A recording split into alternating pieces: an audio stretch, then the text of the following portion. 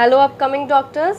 So the topic for today is mineral nutrition. This is chapter 12 of class 11th. So here we are just going to talk about the summary of this chapter. Okay. तो यहाँ पे I'm not going to teach you line by line and make sure you have your NCERT with you. ठीक है, NCERT हमेशा अपने पास रख के हमें पढ़ना है. जो भी important points हैं you can write down.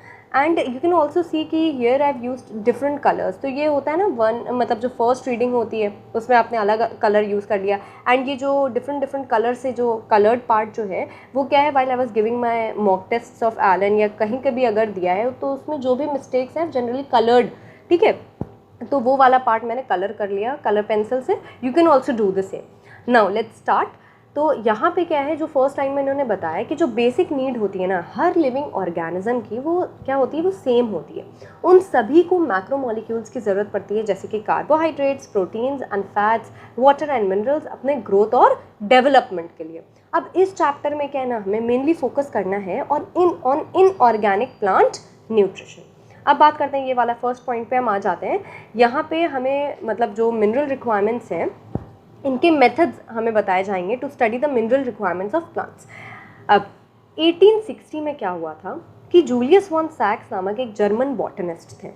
ठीक है, इन्होंने पहली बार ऐसा कुछ खोजा कि भाई प्लांट्स जो है ना उन्हें हम बिना सॉइल के, बिना मिट्टी के भी उन्हें पूरा मेच्योरिटी तक ग्रो कर सकते हैं, मतलब फुल साइज ग्रो कर सकते हैं और मिट्टी की कोई ज़रूरत ही नहीं पड़ी. ठीक है, तो इन्होंने इस जो टेक्निक का नाम इन्होंने क्या दिया, हाइड्रोपोनिक्स. उसके बाद से कई ऐसे मेथड्स को ऐसे धीमे धीमे मतलब डेवलप किया गया. और एसेंस जो है ना of all these methods involves the culture of plants in a soil free defined mineral solution. ठीक है, तो यहाँ पे क्या है, इन मेथड्स में हमें बिना सॉइल के हम सिर्फ मिनरल, एक डिफाइंड मिनरल सोल्यूशन में क्या कर सकते हैं, प्लांट्स को ग्रो कर सकते हैं. These methods require purified water and mineral nutrient salts. ठीक है, तो हमें purified water चाहिए और mineral nutrient salts चाहिए. अब कहा जा रहा है, इन्होंने एक क्वेश्चन पूछा इस लाइन में कि can you explain why is this so essential? कि अगर हम भाई प्योरीफाइड वाटर ही क्यों चाहिए, क्योंकि अगर कोई भी कंटामिनेशन होगा ना या अगर कोई भी इम्प्योरिटी होगी उससे प्लांट्स में इन्फेक्शन हो जाएगा, जिससे क्या होगा कि प्लांट्स की जो ग्रोथ है वो क्या हो जाएगी, रिटार्ड हो जाएगी. तो इस टाइप से ना you can also write down the answer to any question mentioned in this book. चलो अब हम यहाँ पे आते हैं कि काफ़ी ज़्यादा मतलब सीरीज़ ऑफ एक्सपेरिमेंट्स के बाद जिनमें वो कुछ जो एलिमेंट्स हैं उनको डालते थे, कुछ को निकालते थे, कुछ को सब्स्टिट्यूट करते थे, इससे उन्हें वैरिड कॉन्सेंट्रेशन पता चली. ठीक है, मतलब उन्होंने वैरिड कॉन्सेंट्रेशन में डाला निकाला, उससे उन्हें यहाँ पे क्या है, a mineral solution suitable for the plant growth was obtain. ठीक है, तो अलग अलग कॉन्सेंट्रेशन में जब उन्होंने डाला तो उन्हें एक मिनरल सोल्यूशन जो सूटेबल था प्लांट की ग्रोथ के लिए वो उन्हें मिल गया. अब इस मेथड से क्या हुआ कि जो भी एसेंशियल एलिमेंट्स थे, जो भी ज़रूरी थे जो एलिमेंट्स, उन्हें हम आइडेंटिफाई कर पाए और उनके डेफिशिएंसी सिम्टम्स डिस्कवर्ड. इसका मतलब क्या हुआ कि जो भी उनकी कमी में क्या क्या चेंजेस आ रहे थे प्लांट्स में, हम ये भी देख पाए. अब हाइड्रोपोनिक्स जो है ना वो सक्सेसफुली एम्प्लॉयड हो गया as a technique for commercially, मतलब उससे हम क्या है ना, उससे हम कुछ वेजिटेबल्स प्रोड्यूस कर सकते हैं, जैसे कि tomato, seedless cucumber and lettuce. ये भी याद रखना, tomato, seedless cucumber and lettuce. And यहाँ पे हमें एक और चीज़ पे ध्यान रखना है कि यहाँ पे जो न्यूट्रिएंट सोल्यूशन है उसको एडिक्वेटली एरेट करना पड़ता है, यानी उसमें हवा के लिए भी हमें मतलब ज़रूरी है एरेटिंग ट्यूब वगैरह भी लगाना पड़ेगा to obtain the optimum growth. अब यहाँ पे इन्होंने एक और क्वेश्चन पूछा कि what would happen if solutions were poorly aerated. भाई अगर हम सही से अगर इसको हवा नहीं देते तो क्या हो जाएगा, तो प्लांट्स जो है ना वो नॉर्मल या प्रॉपर ग्रोथ नहीं शो करेंगे. अब हम सेकंड पॉइंट पे आ जाते हैं, 12.2 की बात करते हैं. यहाँ पे इन्होंने एसेंशियल मिनरल एलिमेंट्स के बारे में बात की है. तो इन्होंने क्या बताया कि जो 105 एलिमेंट्स जो डिस्कवर्ड हैं उनमें से मोर देन 60 एलिमेंट्स हमें प्लांट्स में ऑलरेडी मिल चुके हैं. ठीक है, कुछ प्लांट की स्पीशीज़ जो होती है ना वो एक्यूमुलेट कर लेती हैं सेलेनियम, कुछ गोल्ड एक्यूमुलेट कर लेती हैं. कुछ प्लांट्स जो होते हैं जिनमें रेडियो एक्टिव साइट्स वगैरह पे, जो न्यूक्लियर साइट्स पे जो होते हैं वो रेडियो एक्टिव स्ट्रॉन्शियम को भी ले लेते हैं. ठीक है, तो अब ऐसी और ये जो कुछ टेक्निक्स हैं यहाँ पे अभी हम डेवलप कर चुके हैं ऐसी टेक्निक्स जिससे हम डिटेक्ट कर सकते हैं मिनरल्स को उनके बहुत ही कम कॉन्सेंट्रेशन में. कॉन्सेंट्रेशन का ये भी याद रखना 10⁻⁻8 ग्राम पर ml. ये भी याद रखना, ठीक है। इतनी लो कॉन्सेंट्रेशंस भी डिटेक्ट की जा सकती हैं। This is brown coloured because ये एलन कोटा के मॉक टेस्ट में आया था and I just did it wrong, ठीक है। तो ये छोटी छोटी चीज़ें फोकस करनी है एनसीईआरटी बुक की। नाउ अब क्वेश्चन यहाँ पे हमारे पास आता है कि क्या सारे जो भी मिनरल एलिमेंट्स है प्रेजेंट है प्लांट में, जैसे गोल्ड है, सेलेनियम है, ये क्या सब ज़रूरी होते हैं, ठीक है। तो इसके लिए एक क्राइटेरिया बताया गया कि एसेंशियलिटी क्राइटेरिया था, अगर ये चीज़ें हैं तब वो एसेंशियल कंसिडर करना है हमें, ठीक है। तो फर्स्ट पॉइंट पे क्या बताया गया हमें कि जो एलिमेंट है वो एब्सोल्युटली नेसेसरी होना चाहिए for supporting normal growth and reproduction. यानी मतलब वो ना उसकी जगह कोई और नहीं ले सकता। उसके एब्सेंस में ऐसा नहीं है कि हमने कोई दूसरा एलिमेंट डाल दिया, या उसके एब्सेंस में जो प्लांट है वो अपने उसके एब्सोल्यूट का मतलब क्या हो गया,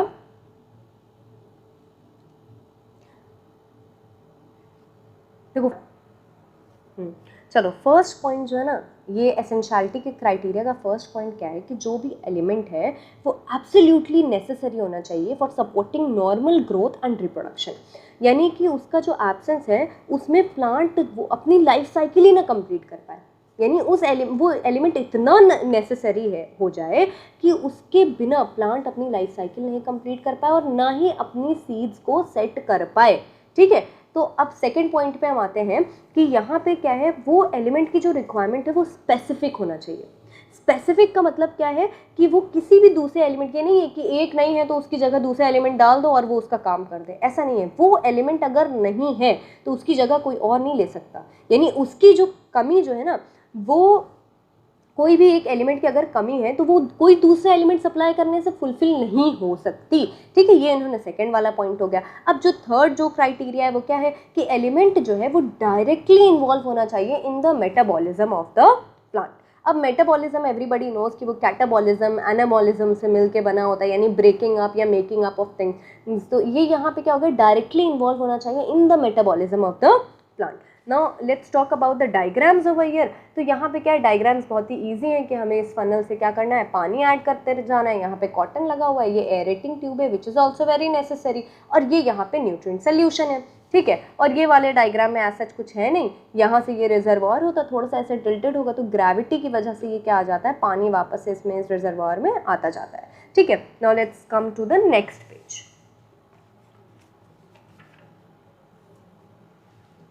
नाउ यहाँ पे क्या हुआ ना कि उनके जो यहाँ पे देखो, यहाँ पे हमने इनको दो ब्रॉड कैटेगरीज में डिवाइड कर दिया, और ये किसके बेसिस पे, क्वांटिटेटिव रिक्वायरमेंट्स के, किसके बेसिस पे है, क्वांटिटेटिव रिक्वायरमेंट्स के बेसिस पे हमने इन एलिमेंट्स को दो कैटेगरीज में डिवाइड कर दिया, मैक्रोन्यूट्रिएंट्स एंड माइक्रोन्यूट्रिएंट्स। नो देखो, अब ये जो क्राइटेरिया है ना, इसके बेसिस पे जब हमने देखा तो हमें पता चला कि कुछ ऐसे एलिमेंट्स हैं जो एब्सोल्युटली एसेंशियल है, और इन एलिमेंट्स को भी हमने दो ब्रॉड कैटेगरीज में डिवाइड कर रखा है। और इसका किस बेसिस पे हमने डिवाइड कर दिया, ऑन देयर क्वांटिटेटिव रिक्वायरमेंट्स, यानी उनका क्वांटिटी कितनी ज़रूरत है, किस क्वांटिटी में उनकी ज़रूरत है। तो हम जो दो ब्रॉड कैटेगरीज है वो क्या है, मैक्रोन्यूट्रिएंट्स एंड माइक्रोन्यूट्रिएंट्स। अब देखो मैक्रो जो है ना, वो नाम से ही पता चल रहा है कि वो लार्ज अमाउंट्स में ज़रूरत होगी, इन एक्सेस ऑफ 10 मिलीमोल पर केजी ऑफ ड्राई मैटर। देखो एक एक चीज़ को पे आपको फोकस करना है, 10 मिलीमोल पर केजी, यानी ये मिलीमोल है, पर केजी है, ऑफ ड्राई मैटर है, मतलब हर चीज़ पे फोकस करो। Now the macronutrients include carbon, hydrogen, oxygen, मतलब ये याद कर लें, ये सारे इंक्लूड करते हैं। इसकी ट्रिक पे मेन फोकस करना है हमें कि the trick that I have made is corn P के मग कास्ट, ठीक है, दिस इज मेड बाय मी। अब आप ना इधर उधर करके ऐसे चेंज कर सकते हो, ठीक है, अपने हिसाब से एडजस्ट कर लो कि जो आपको इजी लगे, ठीक है। अब यहाँ पे क्या है कि नाइट्रोजन जो है वो मैक्रोन्यूट्रिएंट्स में से सबसे ज़्यादा इंपॉर्टेंट कौन सा एलिमेंट है, वो है नाइट्रोजन, ठीक है। अब यहाँ पे क्या देखो, जो कार्बन, हाइड्रोजन, ऑक्सीजन है ना, इसे हम मेनली कहाँ से ऑब्टेन कर रहे हैं, कार्बन डाइऑक्साइड और वाटर। तो कार्बन डाइऑक्साइड और वाटर से हमें कार्बन, हाइड्रोजन और ऑक्सीजन हमें मिलता है, और बाकी जो एलिमेंट्स है वो कैसे एब्जॉर्ब हो रहे हैं, they are absorbed from the soil as mineral nutrition। अब हम बात करते हैं माइक्रो न्यूट्रिएंट्स की। तो नाम से ही पता चल रहा है, माइक्रो मतलब ये ट्रेस एलिमेंट्स, मतलब कि बहुत कम क्वांटिटी में इनकी ज़रूरत होती है, बहुत स्मॉल अमाउंट्स में, लेस दैन 10 मिलीमोल पर kg of dry matter. These include iron, manganese, मतलब ये सब इंक्लूड करते हैं। इनकी ट्रिक पे हमें फिर से फोकस करना है। तो ये ट्रिक क्या है, क्यूमोकल मंजन। क्या है ये ट्रिक, क्यूमोकल मंजन बेफिक्र नहीं, मतलब क्यों जो है मोकल मंजन जो है वो बेफिक्र नहीं है। तो इस टाइप की ट्रिक है, यू कैन वेरी वेल मतलब इधर उधर प्लेस करके अपने हिसाब से ट्रिक्स बना सकते हैं, वो ज़्यादा ईजी रहता है ना। ये जो आयरन है ना, जो माइक्रो न्यूट्रिएंट्स हैं उनमें से सबसे ज़्यादा इंपॉर्टेंट एलिमेंट कौन सा है, वो आयरन है। ठीक है, अब हम नेक्स्ट टाइम पे यहाँ पे आते हैं कि ये जो 17 एलिमेंट्स हैं इनके साथ साथ यहाँ पे कुछ बेनिफिशियल एलिमेंट्स होते हैं, वो कौन से, sodium, silicon, cobalt and selenium. ठीक है, तो इसकी trick that I have made is नासिकोसिल। नासिकोसिल, देखो ये जो मिनरल न्यूट्रिशन वाला जो चैप्टर है ये पूरा का पूरा मतलब ट्रिक बेस्ड है। अब देखो एसेंशियल एलिमेंट्स जो है ना उनको 4 ब्रॉड कैटेगरीज में उनको क्या कर दिया गया है, ग्रुप कर दिया गया। पहले वाले ग्रुप में जो है उनमें एसेंशियल एलिमेंट्स वो हैं जो बायोमोलिक्यूल्स के कंपोनेंट्स बनाते हैं, जैसे कि carbon, hydrogen, oxygen and nitrogen. इसको you can learn it as कौन। देखो हर ट्रिक है ना लर्न करने की ज़रूरत नहीं है, जिसमें आपको दिक्कत आ रही हो वो लर्न कर लो। ठीक है, सेकेंड ग्रुप की अगर हम बात करते हैं तो यहाँ पे क्या है, एसेंशियल एलिमेंट्स जो हैं, जो कंपोनेंट्स होते हैं एनर्जी रिलेटेड केमिकल कंपाउंड्स के। जैसे अगर हम मैग्नीशियम की बात करते हैं तो वो क्लोरोफिल में होता है क्लोरोफिल बनाता है, एंड फॉस्फोरस जो है वो एटीपी। ठीक है, तो ये एनर्जी रिलेटेड जो केमिकल कंपाउंड्स बनाते हैं प्लांट्स में, तो उनका ये सेकंड ग्रुप रखा गया है। फिर थर्ड वाले में हम आते हैं, एसेंशियल एलिमेंट्स इसमें वो होते हैं जो एक्टिवेट करते हैं या फिर इनहिबिट करते हैं एंजाइम्स को। फॉर एग्जाम्पल जैसे मैग्नीशियम जो है वो एक एक्टिवेटर होता है रुबिस्को और पेप्केज का। Rubisco is ribulose biphosphate carboxylase oxygenase and peptase is phosphoenol pyruvate carboxylase, both of which are critical enzymes in photosynthetic carbon fixation। देखो ये दोनों ही एंजाइम्स जो है ना ये फोटोसिंथेटिक कार्बन फिक्सेशन में यूज होते हैं। जैसे हमने क्या देखा था कि जो रुबिस्को जो होता है ना वो कार्बन फिक्सेशन करता है C3 में, और जो पेप्केज होता है वो C4 में। तो this you learn in the upcoming chapters. और यहाँ पे अगर हम बात करते हैं जिंक की, देखो जिंक जो होता है वो एक्टिवेट करेगा अल्कोहल डिहाइड्रोजिनेज को, और जो मोलिब्डेनम है वो एक्टिवेट करेगा नाइट्रोजिनेज को ड्यूरिंग नाइट्रोजन मेटाबॉलिज्म। तो you can always right it in your NCERT। यहाँ पे ये जो ब्लैंक वाला पोर्शन है, राइट द ट्रिक्स एंड ये यहाँ पे ऐसे लिख लो। जैसे मैग्नीशियम ये किसको एक्टिवेट कर रहा है, रुबिस्को एंड पेप्केज को, जिंक किसको, अल्कोहल डिहाइड्रोजिनेज को, एंड मोलिब्डेनम किसको एक्टिवेट कर रहा है, नाइट्रोजिनेज को। Now let's talk about the this fourth group. देखो फोर्थ ग्रुप में क्या है ना, सम एसेंशियल एलिमेंट्स जो ऑल्टर करते हैं ऑस्मोटिक पोटेंशियल को ऑफ अ सेल। ठीक है, पोटेशियम जो है वो एक इम्पॉर्टेंट रोल प्ले करता है in the opening and closing of stomata. ठीक है, तो ये पोटेशियम का यहाँ पे बात हो गई कि वो जो है ना जो स्टोमाटा होता है उसका ओपनिंग एंड क्लोजिंग में एक इम्पॉर्टेंट रोल प्ले करता है। ठीक है, अब हम यहाँ पे 12.2.2 पे आते हैं, जहाँ पे हमें रोल बताया जा रहा है मैक्रो एंड माइक्रो न्यूट्रिएंट्स का। एसेंशियल एलिमेंट्स जो होते हैं दे परफॉर्म सेवरल फंक्शंस। ठीक है, तो ये पार्टिसिपेट करते हैं वेरियस मेटाबॉलिक प्रोसेसेस में, जैसे कि परमिएबिलिटी ऑफ सेल मेम्ब्रेन। ठीक है, permeability of cell membrane.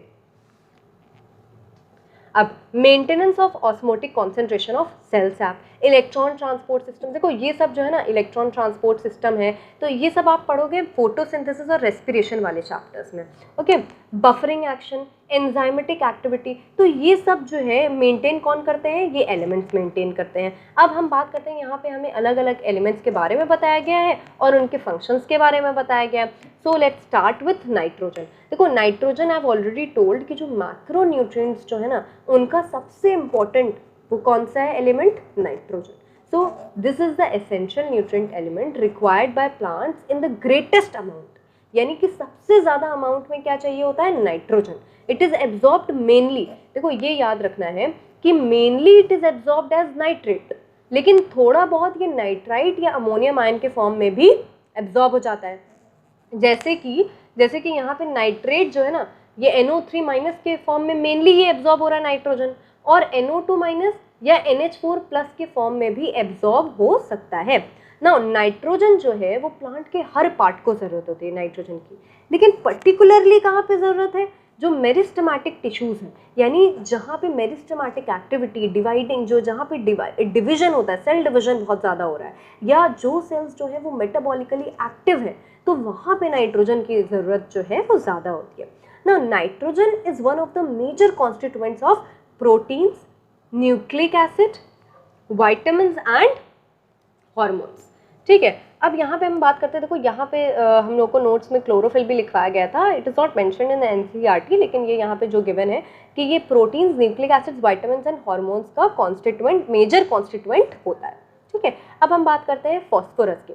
Phosphorus जो है वो एब्जॉर्ब्ड होता है बाय द प्लांट्स, किस फॉर्म में होता है, फॉस्फेट आयन, या तो H2PO4- या HPO4 ठीक है, इन फॉर्म्स में ये एब्जॉर्ब होता है फ्रॉम द सॉइल। अब फॉस्फोरस जो है वो सेल मेम्ब्रेन का एक कॉन्स्टिट्यूएंट है, आपने सेल वाले चैप्टर में पढ़ा होगा फॉस्फोलिपिड्स, तो उससे हमें क्या पता चला कि जो फॉस्फोरस है वो सेल मेम्ब्रेन का एक कॉन्स्टिट्यूएंट होता है। Certain proteins, all nucleic acids and nucleotides, तो कुछ प्रोटीन्स में फॉस्फोरस होता है, सारे न्यूक्लिक एसिड्स एंड न्यूक्लियोटाइड्स में होगा। देखो ये तो ऑब्वियस सी बात है, जो न्यूक्लियोसाइड्स होते हैं हमें पता है कि उसमें जब फॉस्फेट ग्रुप अटैच होता है तब वो न्यूक्लियोसाइड्स किस में कन्वर्ट होते हैं, न्यूक्लियोटाइड्स में। तो इससे क्या हो गया, हमें पता चल गया कि भाई देखो सारे के सारे जो न्यूक्लिक एसिड्स हैं और न्यूक्लियोटाइड्स हैं उनमें क्या होता है, फॉस्फोरस होता है। और फॉस्फोरस और किसके लिए ज़रूरत पड़ती है हमें फॉस्फोरस की, फॉस्फोराइलेशन रिएक्शंस की। तो प्लांट्स में क्या है, फॉस्फोराइलेशन रिएक्शंस में भी फॉस्फोरस हेल्पफुल होता है। अब बात करते हैं इसकी, मतलब इसकी ज़रूरत पड़ती है। Now let's talk about potassium. Potassium जो है वो एब्जॉर्ब होगा K+ यानी पोटेशियम आयन के फॉर्म में, ठीक है। तो और ये मोर अबंडेंट में कहाँ पे इसकी ज़रूरत, मतलब ज़्यादा क्वांटिटी में कहाँ ज़रूरत पड़ रही है इसकी, in the meristematic tissues, buds में, लीव्स में, और जो रूट की जो टिप्स होती है ना वहाँ पे पोटेशियम की ज़्यादा ज़रूरत पड़ती है। पोटेशियम और किसमें हेल्प कर रहा है, to maintain an anion cation balance in cells and is involve in protein synthesis. See ये वेवी फॉर्म्स है अंडरलाइंड एंड यहाँ पे स्टार मार्क करा, इट इज़ बिकॉज ये मेरा गलत हो गया था एलन के मॉक टेस्ट में। You can also like star mark some points जो भी आपके गलत होते हो, ठीक है। तो maintain an anion cation balance in cells and is involve in protein synthesis, opening and closing of stomata, activation of enzymes and in the maintenance of the turgidity of cells, ठीक है। तो पोटेशियम का हमें ये point मिल गया। अब देखो ना, what you can do is कि हमेशा ये वाला जो पोर्शन जो है ना, ये ब्लैंक वाला portion I have written here कि यहाँ पे किस किस मतलब किस फॉर्म में ये एब्जॉर्ब होता है। आप इसके साथ साथ आप इसके जो भी यूजेस हैं वो भी लिख सकते हो, point wise you can mention कि यहाँ पे इसके क्या यूजेस हैं, और वो क्या है ना, लास्ट मिनट के रिविजन में दैट हेल्प्स अ लॉट, बहुत ज़्यादा टाइम सेव करता है। Now let's come to calcium. Plant जो है वो एब्जॉर्ब करेगा कैल्शियम को in the form of calcium ion, ये Ca+2 के फॉर्म में, ठीक है। और कैल्शियम की ज़रूरत कहाँ पे पड़ती है, जो मेरिस्टेमेटिक या डिफरेंशिएटिंग टिश्यूज़ होते हैं, यानी ये डिवीजन के बाद जो डिफरेंशिएशन अंडरगो कर रहे होते हैं जो टिश्यूज़, तो उन्हें कैल्शियम की ज़रूरत पड़ती है। कैल्शियम की ज़रूरत और होती है सेल डिवीजन के टाइम पे, जब सेल डिवाइड हो रहा होता है उस वक्त, ठीक है। और सेल वॉल आपने देखा होगा ना, सेल वॉल जो होता है, एक सेल मेम्ब्रेन होता है सेल में, उसका जो आउटर जो सेल वॉल होती है जो सेलुलोज की बनी होती है प्लांट्स में, तो वो जो होती है उसमें भी कैल्शियम होता है, ठीक है। उसकी सिंथेसिस के लिए कैल्शियम की रिक्वायरमेंट होती है, particularly as calcium pectate in the middle lamella. देखो सेल वाले चैप्टर में आपने पढ़ा होगा कि मिडिल लैमेला क्या है, दो सेल्स में जो उसको जो अटैच करता है, मतलब उन्हें जोड़ने के जो काम आता है, as it acts as a cementing layer, ठीक है। तो सीमेंट की तरह जो दो सेल्स को ज्वाइन करता है वो होता है middle lamella. Middle lamella is basically calcium pectate. तो इससे क्या पता चलता है कि भाई कैल्शियम जो है ना वो मिडिल लैमेला में कैल्शियम का रिक्वायरमेंट हुआ। Now it is also needed during the formation of mitotic spindle. अब यू नो कि जो माइटोटिक जो डिवीजन होता है उसमें क्या होता है, माइटोटिक स्पिंडल बनता है, फिर आपको पता है वो मेटाफेज प्लेट पे वो अलाइन होते हैं, ठीक है, क्रोमोसोम्स। तो उसके हिसाब से व्हाट यू कैन सी इसकी कैल्शियम की रिक्वायरमेंट होती है जब माइटोटिक स्पिंडल बनता है। और ये एक बहुत इंपॉर्टेंट लाइन है कि इट अक्यूमुलेट्स इन ओल्डर लीव्स, ठीक है। तो जो ओल्डर लीव्स होती है उसमें कैल्शियम अक्यूमुलेट होता है। It is involve in the normal functioning of the cell membranes. तो यहाँ से हमें क्या पता चला, देखो सेल वॉल के सिंथेसिस में यानी सेल वॉल के बनने में कैल्शियम हेल्प कर रहा है, लेकिन सेल मेम्ब्रेन जो है ना उसका नॉर्मल फंक्शनिंग में हेल्प कौन करेगा, कैल्शियम। कैल्शियम भी कुछ एंजाइम्स को एक्टिवेट करता है और प्ले करता है an important role in regulating metabolic activities. तो जो मेटाबॉलिक एक्टिविटीज़ है उनको रेगुलेट भी करेगा। Now let's come to magnesium. अब देखो मैग्नीशियम से हमें क्या पता चला कि मैग्नीशियम जो है वो एब्जॉर्ब होगा Mg+2 के फॉर्म में, वो एक्टिवेट करता है enzymes of respiration and photosynthesis. वही एंजाइम्स है रुबिस्को एंड पेप्केज जिसका अभी पिछले पन्ने में हम लोग बात कर चुके हैं। They're involved in the synthesis of DNA and RNA. देखो मैग्नीशियम जो है ना, मैग्नीशियम इन्वॉल्व होता है in the synthesis of DNA and RNA.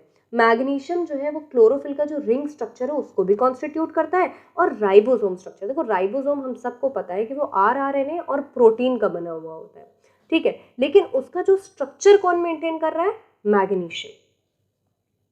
Now sulphur, plants जो है वो सल्फर ऑब्टेन करते हैं इन the form of sulphate ion, ये SO4 2-, ठीक है, और 2 अमाइनो एसिड्स ऐसे हैं जिनमें हमें सल्फर मिलता है, that is cysteine and methionine, cysteine and methionine, and is the main constituent of several coenzymes, vitamins and ferredoxin.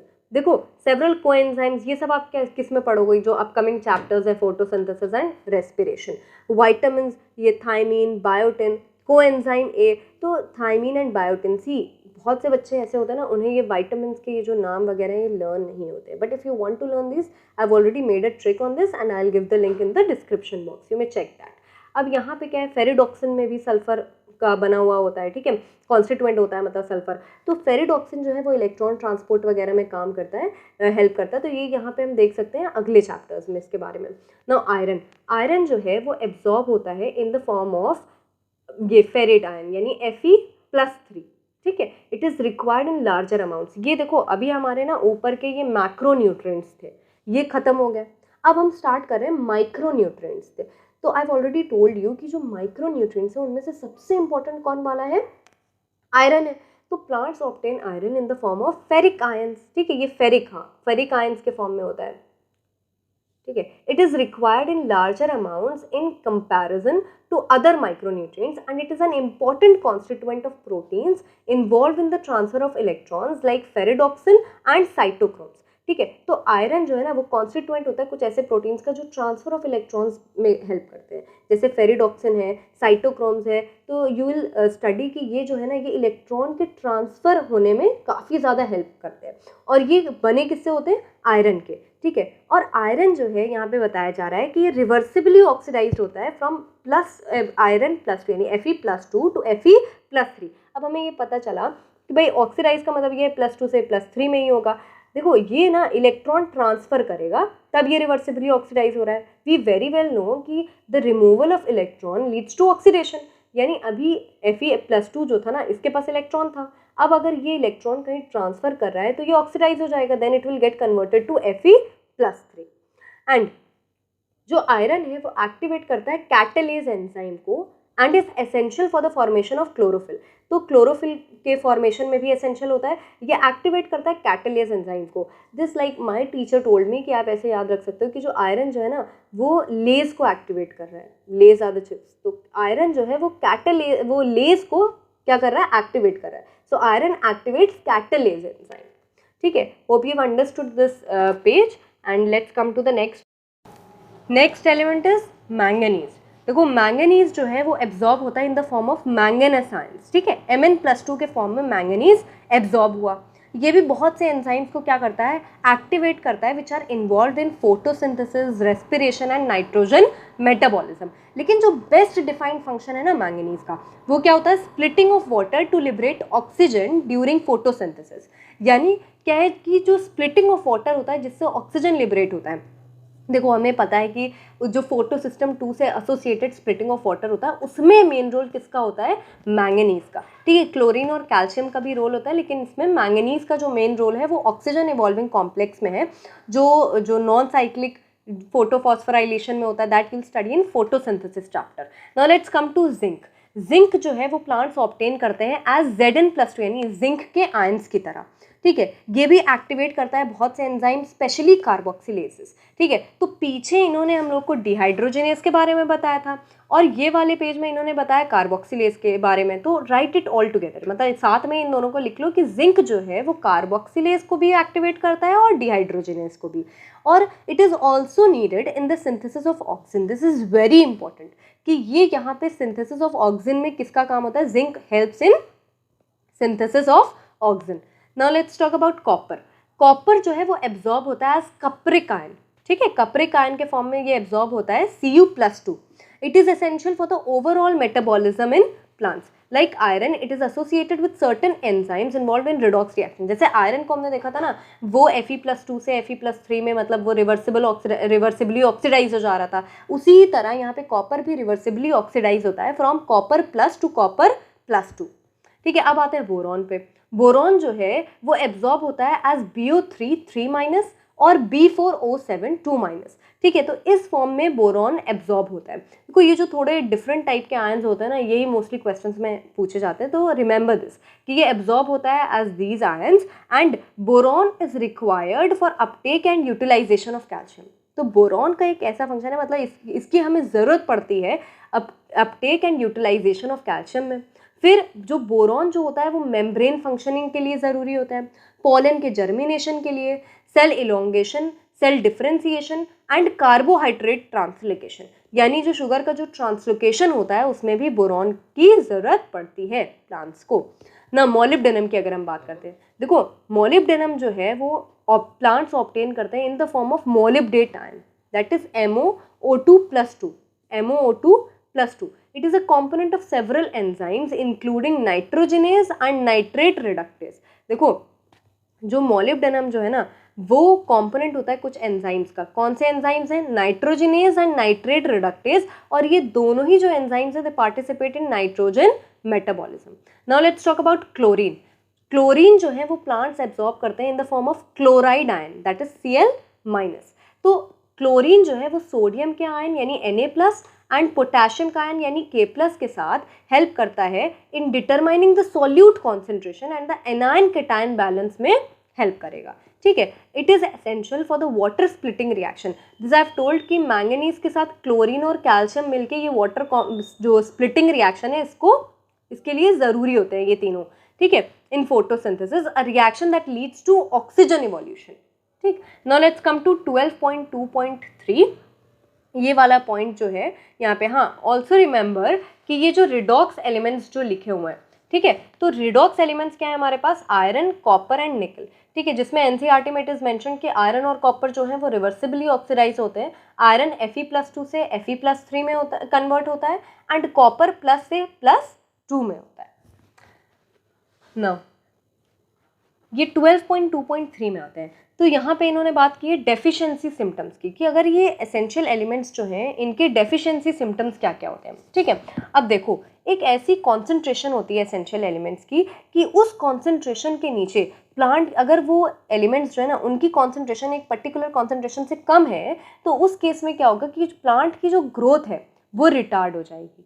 ठीक है, और इस कॉन्सेंट्रेशन को हम क्या बोलते हैं? Critical concentration. मतलब अगर क्रिटिकल कॉन्सेंट्रेशन एक ऐसी कॉन्सेंट्रेशन है कि इससे थोड़ा सा भी अगर कम कॉन्सेंट्रेशन हुई तो क्या हो जाएगी? प्लांट की ग्रोथ रिटार्ड हो जाएगी। ठीक है, the element is said to be deficient when present below the critical concentration. मतलब क्रिटिकल कॉन्सेंट्रेशन से कम होने में वो एलिमेंट को क्या माना जाएगा? कि उसकी कमी पड़ रही है। ठीक है, इट इज डेफिशिएंट। ठीक है, अब हम यहाँ पे बात करते हैं कि जब किसी भी एलिमेंट की कमी पड़ती है तो उसकी वजह से जो भी मॉर्फोलॉजिकल चेंजेस हमें नज़र आते हैं प्लांट में, ठीक है, तो उससे हमें पता चलता है वो उनके डेफिशिएंसी सिम्टम्स कहलाते हैं। क्या कहलाते हैं? Deficiency symptoms. अब जो डेफिशिएंसी सिम्टम्स जो होते हैं ना वो एलिमेंट से एलिमेंट के हिसाब से मतलब वैरी करते जाते हैं and they disappear when the deficient mineral nutrient is provided to the plant. जब उस प्लांट को हम वो मिनरल न्यूट्रिएंट दे देंगे तो उसके जो सिम्टम्स हैं वो खत्म हो जाएंगे। हाउएवर इफ डेप्रीवेशन कंटिन्यूज, अब अगर इस एलिमेंट की, एक पर्टिकुलर एलिमेंट की जो कमी है अगर वो कंटिन्यू होती जाती है, it may eventually lead to the death of the plant. ठीक है, the parts of the plant that show the deficiency symptoms also depend on the mobility of the element in the plant. ठीक है, अब कौन सा part deficiency show करेगा, कौन सा नहीं शो करेगा, वो डिपेंड करता है कि वो पर्टिकुलर एलिमेंट कितना मोबाइल है, मतलब वो मूव कितना हो सकता है। ठीक है, अब हम बात करते हैं यहाँ पे वो एलिमेंट्स की जो एक्टिवली मोबिलाइज हो सकते हैं, मतलब वो एक पार्ट से दूसरे पार्ट में मूव कर सकते हैं। ठीक है, अगर वो कर सकते हैं तो वो क्या पसंद करेंगे कि भाई जो ओल्डर पार्ट्स हैं उनसे वो यंगर जो डेवलपिंग टिश्यूज़ हैं उनमें वो मूव कर जाएं। ठीक है, तो उससे क्या हो जाएगी, जो डेफिशिएंसी होगी वो कहाँ पे हमें अपीयर होगी? ओल्डर टिश्यूज़ में। ठीक है, तो प्लांट्स के केस की अगर हम बात करें तो यहाँ पे अगर मोबाइल एलिमेंट्स हैं तो वो क्या करेंगे, वो ओल्डर टिश्यूज़ से वो कहाँ एक्सपोर्ट हो जाएंगे? टू यंग डेवलपिंग टिश्यूज़, जिससे उनकी कमी पड़ जाएगी ओल्डर टिश्यूज़ में। ठीक है, for example deficiency symptoms of nitrogen, potassium and magnesium, they are visible first in the senescent leaves, means older leaves में इनकी कमी नजर आएगी, डेफिशिएंसी सिम्टम्स नजर आएंगे, ठीक है। अब बात करते हैं यहाँ पे जो ओल्डर लीव्स होती है ना, वहाँ पे जो भी बायोमोलिक्यूल्स होते हैं ओल्डर लीव्स में, make sure this takes place in older leaves, ठीक है। तो यहाँ पे क्या है, एलिमेंट्स जो होते हैं वो टूटते रहते हैं, making these elements available for mobilising to younger leaves, यानी ये टूट के क्या होते हैं, यंगर लीव्स तक पहुँच जाते हैं। अब जो deficiency symptoms tend to appear first in the young tissues, यानी यंग टिश्यूज में कहाँ किन एलिमेंट्स के डेफिशिएंसी सिम्टम्स हमें नजर आएंगे, उन एलिमेंट्स के आएंगे जहाँ पे वो एलिमेंट्स के आएंगे जो इमोबाइल होंगे, यानी जो एक पार्ट से दूसरे पार्ट तक नहीं मूव कर पाएंगे, ठीक है। उनके डेफिशिएंसी सिम्टम्स हमें कहाँ नजर आएंगे, यंग टिश्यूज में, ठीक है, क्योंकि वो भाई ओल्डर पार्ट से यंग पार्ट में मूव ही नहीं कर पा रहे हैं, तो यंग पार्ट में उनकी कमी हो जाएगी। तो डेफिशिएंसी सिम्टम्स इमोबाइल एलिमेंट्स के कहाँ पे नजर आएंगे, यंग टिश्यूज में, and they are not transported out of the mature organs, ठीक है। तो यहाँ पे एग्जाम्पल है हमारे पास कि नाइट्रोजन, पोटेशियम, मैग्नीशियम, ये तो यहाँ पे गिवन है, chlorine is also given in some other chapters, I have written it all together कि ये मोबाइल होते हैं, इसलिए इनका जो डेफिशिएंसी सिम्टम होता है वो ओल्डर पार्ट में होगा। ये हैं कौन से, nitrogen, potassium, magnesium and chlorine. Immobile elements कौन से, calcium and sulphur, you can learn it as कास, ठीक है। तो इनकी डेफिशिएंसी सिम्टम्स हमें कहाँ नजर आने वाले हैं, यंग पार्ट्स में। फॉर एग्जाम्पल अगर हम बात करते हैं element like sulphur and calcium, ठीक है, सल्फर और कैल्शियम जो है ना, सल्फर और कैल्शियम ये पार्ट होता है structural component of the cell का, और ये इजीली रिलीज नहीं हो पाता है, इसलिए इनके डेफिशिएंसी सिम्टम्स हमें यंगर पार्ट्स में नजर आते हैं, ठीक है। तो इसका काफ़ी ग्रेट सिग्निफिकेंस होता है, इंपॉर्टेंट होता है ये एग्रीकल्चर एंड हॉर्टिकल्चर डिपार्टमेंट में।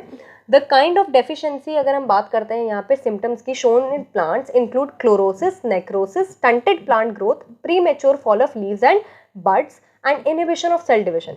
अब देखो क्लोरोसिस क्या होता है, क्लोरोसिस क्या होता है, लॉस ऑफ क्लोरोफिल, तो chlorophyll gives the green colour, ठीक है। तो अगर क्लोरोफिल का लॉस हो जाएगा तो वो पार्ट जो है ना it will like appear as yellow, ठीक है, तो वो येलो होने लगेगा, leading to yellowing in leaves, तो क्लोरोसिस हो गई। अब नेक्रोसिस की बात करते हैं, नेक्रोसिस जो है ना वो होता है डेथ ऑफ टिश्यू, यानी एक पर्टिकुलर टिश्यू की जब डेथ होती है, पर्टिकुलरली यहाँ पे क्या है, लीफ टिश्यू की बात हो रही है, ठीक है।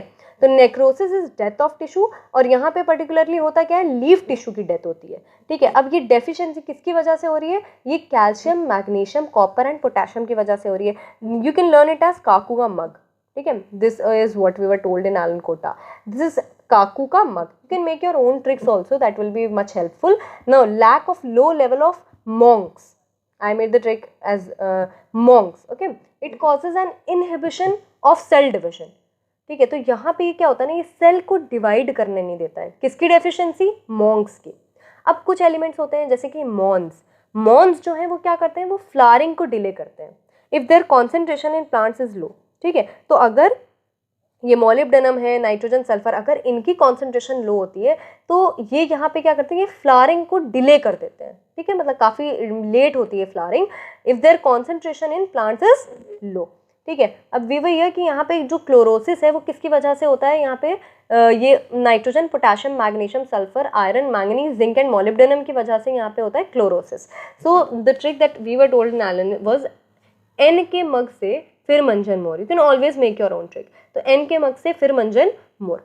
Although this trick was quite helpful to me and my friends, but you can definitely make your own trick. Now अब यहाँ से हमें क्या पता चला कि ये जो ऊपर वाले ये जो डेफिशिएंसी है of any element can cause multiple symptoms, ठीक है। तो यहाँ से हमें क्या पता चला कि एक पर्टिकुलर एलिमेंट की डेफिशिएंसी से भी कई सिम्टम्स हो सकते हैं, ठीक है, या फिर कह सकते हैं कि जो सेम सिम्टम है वो डेफिशिएंसी ऑफ वन और सेवरल एलिमेंट से मिलके, भाई देखो एक पर्टिकुलर सिम्टम की अगर हम बात करते हैं कोई भी, तो कई एलिमेंट की डेफिशिएंसी से हो सकता है, या फिर ऐसा भी है कि देखो एक पर्टिकुलर एलिमेंट की डेफिशिएंसी से कई सिम्टम्स हो रहे हैं, जैसे कि नाइट्रोजन की अगर हम डेफिशिएंसी की बात करते हैं तो उससे क्लोरोसिस भी हो रहा है, उससे क्या हो रहा है, यहाँ पे हमारे पास ये इनहिबिशन ऑफ सेल डिविजन भी हो रही है और फ्लावरिंग भी डिले हो रही है, ठीक है। तो ये क्या पता चला, एक पर्टिकुलर एलिमेंट की डेफिशिएंसी से एक से ज़्यादा सिम्टम्स नजर आ सकते हैं, ठीक है। अब हमें अगर आइडेंटिफाई करना पड़ेगा तो हमें उस पर्टिकुलर एलिमेंट से रिलेटेड सारे सिम्टम्स पढ़ने पड़ेंगे, ठीक है, डेवलप्ड इन ऑल द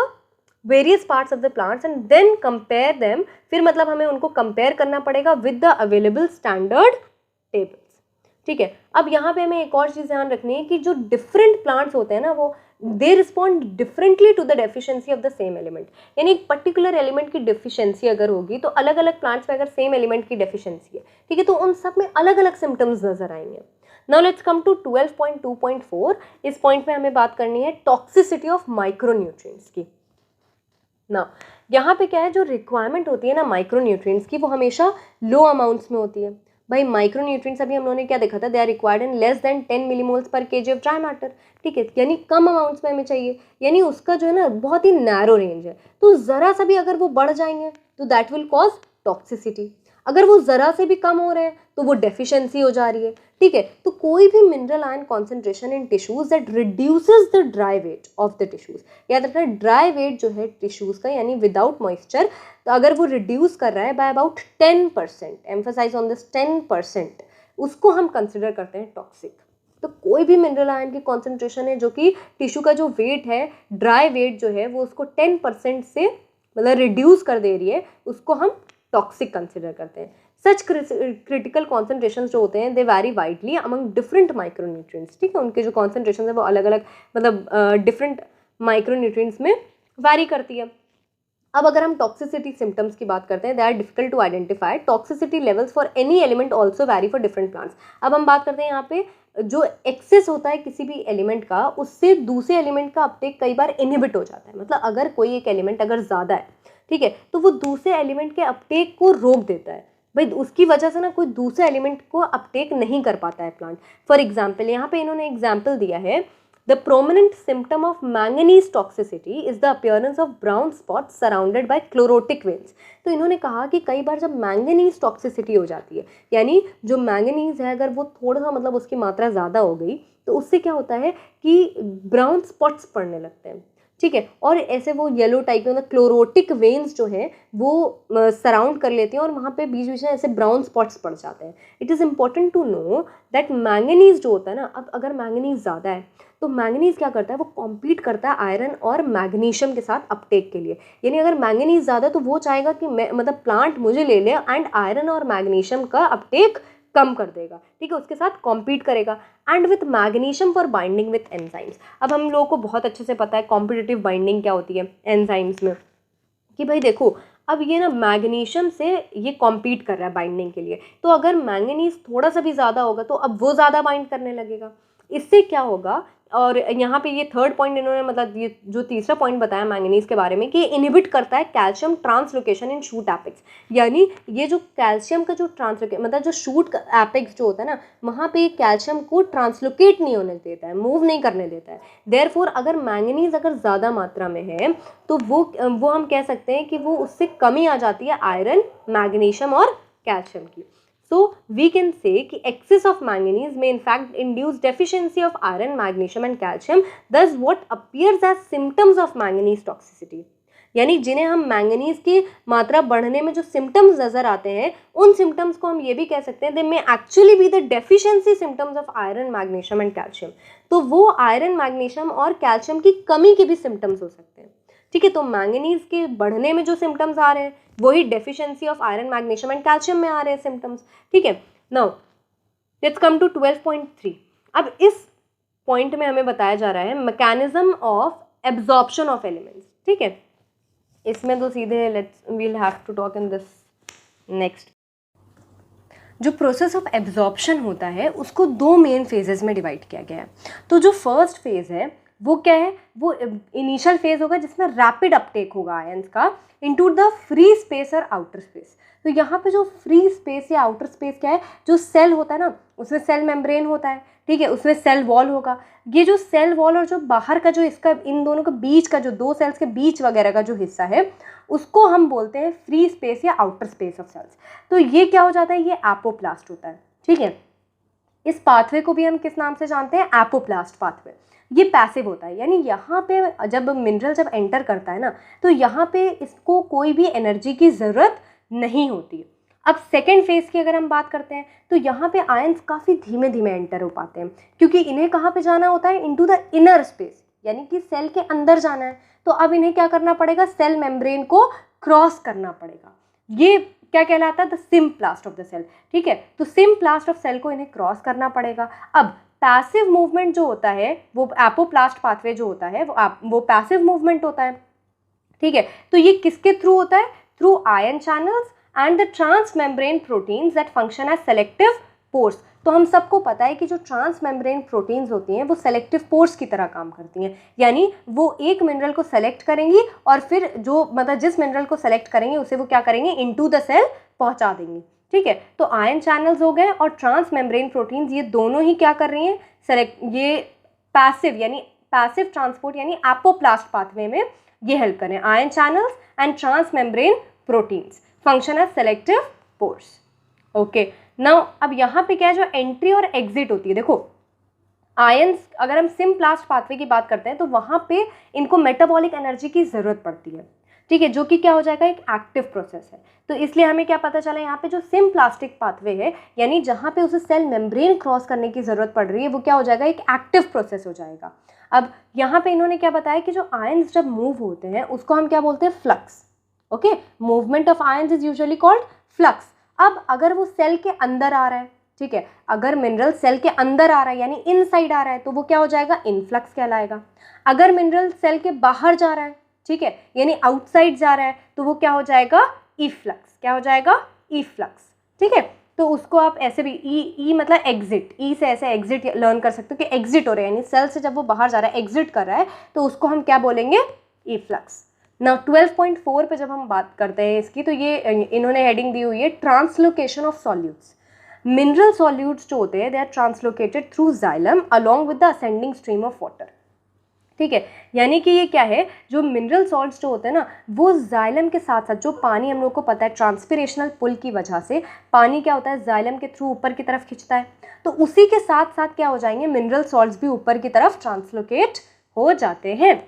अब यहाँ पे क्या है, ये हमें पता कैसे चला, हमने ये radio isotopes of mineral elements use किए, तब हमें ये चीज़ पता चली। नाउ 12.5 पे आते हैं। 12.5 पे इन्होंने बताया soil as reservoir of essential elements. ठीक है, तो ये क्या है, मेजॉरिटी ऑफ न्यूट्रिएंट्स इन्होंने बताया कि ये जो है रूट्स में वेदरिंग की वजह, ये रूट्स को अवेलेबल होते हैं due to weathering and break down of rocks.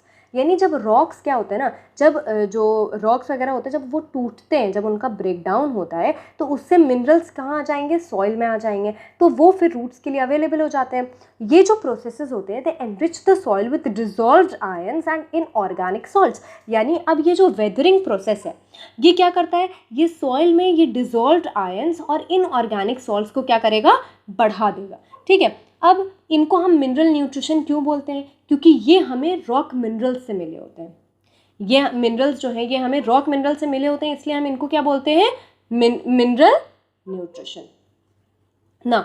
Soil जो है वो सिर्फ और सिर्फ मिनरल्स नहीं प्रोवाइड करता, बल्कि उसमें और क्या होगा, उसमें नाइट्रोजन फिक्सिंग बैक्टीरियाज होते हैं, नाइट्रोजन फिक्सिंग बैक्टीरिया होते हैं, कुछ माइक्रोब्स होते हैं, और साथ ही साथ क्या होता है, सॉइल जो है ना वो पानी को होल्ड करता है, हवा भी देता है रूट्स को, और मैट्रिक्स की तरह काम करता है जो स्टेबलाइज करेगा प्लांट्स को। All these points are very important.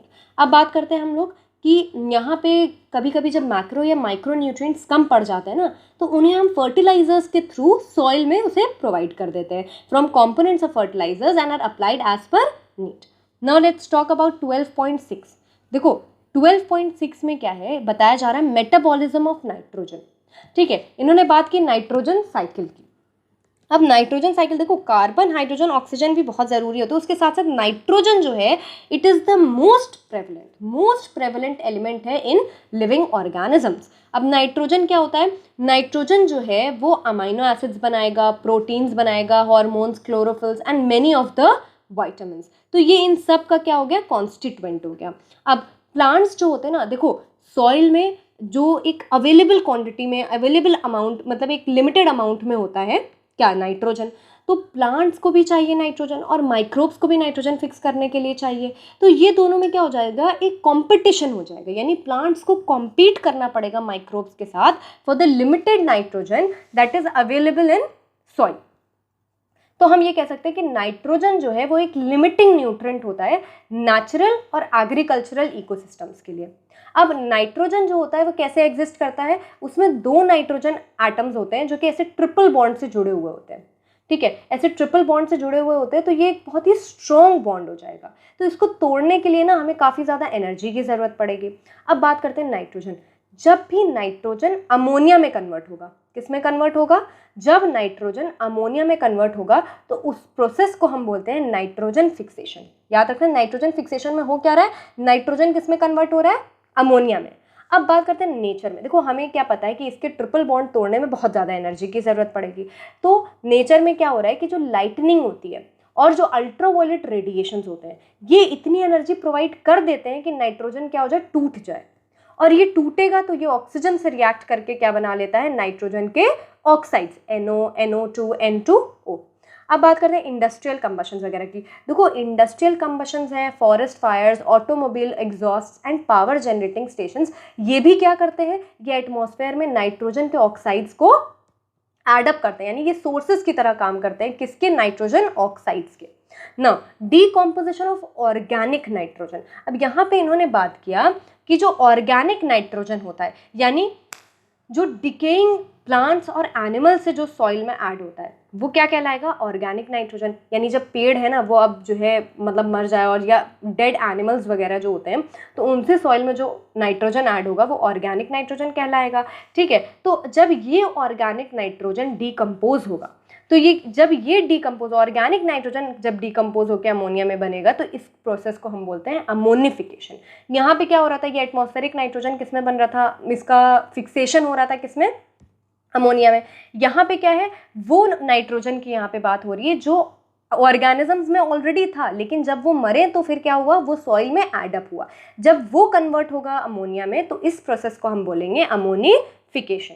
अब बात करते हैं, देखो कुछ यहाँ पे सम मीन्स कुछ अमोनिया जो है वो तो एटमॉस्फेयर में री एंटर कर जाएगा, लेकिन ज़्यादातर अमोनिया के साथ क्या होने वाला है? ज़्यादातर के साथ क्या होगा? It is converted into nitrate by soil bacteria. ठीक है, ज़्यादातर नाइट्रोजन के साथ क्या होने वाला है कि वो अमोनिया के साथ क्या होने वाला है कि वो कन्वर्ट होगा into nitrate by soil bacteria. देखो, अमोनिया क्या हुआ?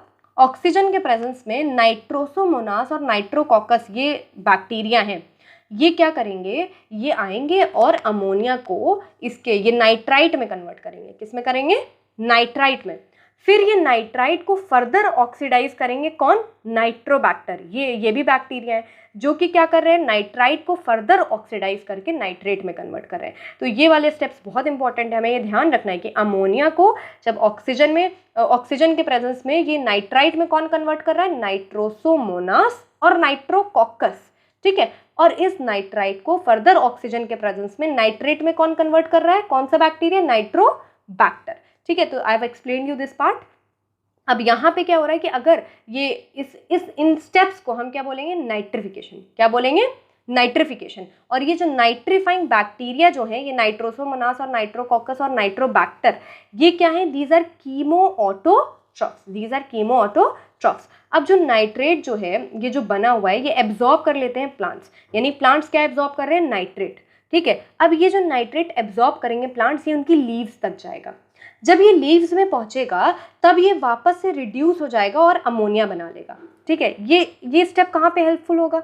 ये जो अमोनिया बना ना, तो अब जो अमाइनो एसिड्स होते हैं, अमाइनो एसिड्स हम सबको पता है, दीज आर सब्सटीट्यूटेड मीथेन्स। तो इनमें एक अमाइन ग्रुप भी होता है, एक एसिड ग्रुप होता है, अमाइन ग्रुप होता है। तो जो अमाइन ग्रुप है ना, तो अमोनिया यहाँ पे अमाइन ग्रुप बनाएगा किसका? अमाइनो एसिड्स का। अब क्या है? नाइट्रेट जो है वो सॉइल में जो प्रेजेंट होता है, it is also reduce to nitrogen, यानी जो नाइट्रेट है इसको नाइट्रोजन में कुछ बैक्टीरिया कन्वर्ट कर देते हैं। कुछ बैक्टीरिया ऐसे जो नाइट्रेट को किस में कन्वर्ट कर रहे हैं? नाइट्रोजन में कन्वर्ट कर रहे हैं। और इस प्रोसेस को क्या बोला जाता है? डीनाइट्रिफिकेशन। क्या बोलेंगे हम? डीनाइट्रिफिकेशन। डीनाइट्रिफिकेशन कौन से बैक्टीरिया कैरी आउट करते हैं? Pseudomonas and thiobacillus. Pseudomonas and thiobacillus. अब this diagram is very important. यहाँ पे हमें क्या देखना है कि देखो, ये एक तरीके से इस पूरे की समरी इस डायग्राम में गिवन है। ठीक है, अब यहाँ पे ये देखो, एटमॉस्फेरिक नाइट्रोजन, इसका जब बायोलॉजिकल नाइट्रोजन फिक्सेशन होगा, ठीक है, यानी जब माइक्रोब्स के प्रेजेंस में जब इसका फिक्सेशन हो रहा है, तो ये नाइट्रोजन फिक्सेशन जब इसका हुआ, हमने ये सीखा है कि नाइट्रोजन फिक्सेशन में यहाँ पे क्या हो रहा है? अमोनिया बन रहा है। क्या बन रहा है? अमोनिया बन रहा है। वो बायोलॉजिकल हो या इंडस्ट्रियल हो, क्या हो? बायोलॉजिकल या इंडस्ट्रियल नाइट्रोजन फिक्सेशन में क्या बनना है? अमोनिया बनना है। अब ये वाले स्टेप्स यहाँ पे आ गए कि या तो ये नाइट्राइट बन रहा है या ये क्या बन रहा है, नाइट्रेट बन रहा है। ये क्या हो गया, नाइट्रिफिकेशन कहलाएगा। ठीक है, अब इलेक्ट्रिकल नाइट्रोजन फिक्सेशन क्या होता है, बस इसको ध्यान रखना है कि इलेक्ट्रिकल नाइट्रोजन फिक्सेशन जो है वो अमोनिया नहीं बना रहा है, वो क्या बना रहा है, नाइट्रेट। ठीक है, और ये हमने पढ़ा था कि भाई नाइट्रेट को अगर नाइट्रोजन में कन्वर्ट करते हैं तो इस प्रोसेस को हम क्या बोलते हैं, डीनाइट्रिफिकेशन, जिसके बैक्टीरिया कौन से थे, स्यूडोमोनास एंड थायोबैसिलस। ठीक है, अब बात करते हैं यहाँ पे, देखो हमने ये देखा, अब ये जो नाइट्रेट बना, नाइट्रेट कौन से प्रोसेस से बना, एक तो ये नाइट्रिफिकेशन प्रोसेस हुआ। ठीक है, दूसरा क्या है, ये इलेक्ट्रिकल नाइट्रोजन फिक्सेशन। ये जो नाइट्रेट है ये अपटेक कौन करेगा, मतलब इसको कौन लेगा, प्लांट। ठीक है, प्लांट ने नाइट्रेट लिया, अब ये प्लांट जब डिके होगा, ठीक है, या एनिमल ने प्लांट खाया उसमें ये नाइट्रोजन गया, जब ये डिके होंगे तो इनके जो डिकेइंग बायोमास में जो नाइट्रोजन है जब वो अमोनिया में कन्वर्ट होगा, जो ऑर्गेनिक नाइट्रोजन है जब वो अमोनिया में कन्वर्ट होगा, इस प्रोसेस को हम क्या बोलेंगे, ammonification. Okay, hope this diagram is clear to you all. Now 12.6.2 में अगर हम बात करते हैं तो बायोलॉजिकल नाइट्रोजन फिक्सेशन के बारे में बताया गया है। इन्होंने कहा कि भाई बहुत ही कम लिविंग ऑर्गेनिजम्स हैं जो नाइट्रोजन को यूटिलाइज करते हैं इन द फॉर्म ऑफ नाइट्रोजन, मतलब N2 के फॉर्म में बहुत कम ऑर्गेनिजम्स यूटिलाइज करते हैं। और इन्होंने कहा कि जो कुछ प्रोकैरियोटिक स्पीशीज होती है, प्रोकैरियोट्स आपने पढ़े होंगे सेल वाले चैप्टर में, ठीक है, जिनमें न्यूक्लियर मेम्ब्रेन नहीं होता है, तो ओनली सर्टन प्रोकैरियोटिक स्पीशीज ही हैं जो केपेबल होती हैं ऑफ फिक्सिंग नाइट्रोजन, यही फिक्स कर पाते हैं। Reduction of nitrogen to ammonia भी हम लोगों ने बात की कि भाई अगर लिविंग ऑर्गेनिजम्स जो है अगर ये रिड्यूस कर देते हैं नाइट्रोजन को अमोनिया में तो ये क्या कहलाएगा, बायोलॉजिकल नाइट्रोजन फिक्सेशन। ओके, अब या देखो अगर हम बात करते हैं इस नाइट्रोजिनेज एंजाइम की, नाइट्रोजिनेज एंजाइम जो है ये केपेबल होता है ऑफ नाइट्रोजन रिडक्शन। ठीक है, it is present exclusively in prokaryotes, क्योंकि नाइट्रोजिनेज चाहिए होता है नाइट्रोजन रिडक्शन के लिए, नाइट्रोजन फिक्सेशन के लिए, और ये नाइट्रोजिनेज प्रेजेंट किस में है, प्रोकैरियोट्स में। ठीक है, such as microbes, these are called nitrogen fixers. ठीक है, इन माइक्रोब्स को हम क्या बोलते हैं, ऐसे माइक्रोब्स को हम क्या बोलेंगे, नाइट्रोजन फिक्सर्स, जो कि क्या कर रहे हैं, नाइट्रोजिनेज के प्रेजेंस में नाइट्रोजन को किस में कन्वर्ट कर दे रहे हैं, अमोनिया में। ओके, अब ये जो नाइट्रोजन फिक्सिंग माइक्रोब्स हैं इनको हम फ्री लिविंग भी बोल सकते हैं या सिम्बायोटिक भी बोल सकते हैं। ठीक है, अगर free living nitrogen fixing aerobic microbes की अगर हम बात करते हैं तो उसके एग्जांपल्स इन्होंने एज़ोटोबैक्टर एंड बेजरिंकिया दिया है, वेराज रोडोस्पाइरलम के बारे में इन्होंने क्या कहा कि it is anaerobic and free living, यानी इन्हें ऑक्सीजन की ज़रूरत नहीं पड़ती है जब ये जीवित रहते हैं, और जीवित रहने के लिए इनको ऑक्सीजन की कोई ज़रूरत नहीं है, और ये फ्री लिविंग होते हैं। ठीक है, in addition a number of cyanobacteria such as Anabaena and Nostoc are also free living nitrogen fixers. ठीक है, तो ये यहाँ पे इन्होंने कहा कि एनाबीना और नॉस्टॉक जो है ये भी क्या है, फ्री लिविंग नाइट्रोजन फिक्सर्स। तो यहाँ पे हमें ये सारे फ्री लिविंग नाइट्रोजन फिक्सर्स के एग्जांपल्स इन्होंने दिए, एज़ोटोबैक्टर, बेजरिंकिया, रोडोस्पाइरलम, एनाबीना एंड नॉस्टॉक। अब इसकी ये जो ट्रिक थी ये क्या है, यहाँ पे I found it on internet. Okay, तो ये यहाँ पे क्या है कि नाइट्रोजन फिक्सिंग क्या होता है कि नाइट्रोजन जब अमोनिया में कन्वर्ट होता है in the presence of nitrogenase, ये कहलाता है नाइट्रोजन फिक्सेशन। फ्री ये जो फ्री लिविंग में हमारे पास एरोबिक और एनएरोबिक, ये दो कैटेगरीज है। ठीक है, एरोबिक में इन्होंने कहा कि ए और बी वर्ड पे थोड़ा सा स्ट्रेस करो, एरोबिक। ठीक है, एरोबिक। ठीक है, तो ए से यहाँ पे क्या हो गया, एज़ोटोबैक्टर, और बिक से यहाँ पे बेजरिंकिया। ठीक है, बेजरिंकिया ना। अब एनएरोबिक की बात करते हैं।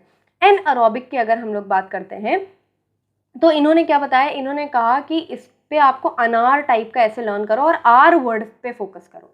ठीक है, तो या एक ही इसका एग्जाम्पल है तो ऐसे भी आप लर्न कर सकते हो। ये वाले तो एलन के मॉड्यूल्स है, रोटेड डाउन, बैसिलस एंड क्लॉस्ट्रीडियम, ये कोचिंग में हम लोग को लिखवाया गया था ना। एनएरोबिक की अगर हम लोग बात करते हैं, इसका एग्जाम्पल इन्होंने क्या दिया है, रोडोस्पाइरलम।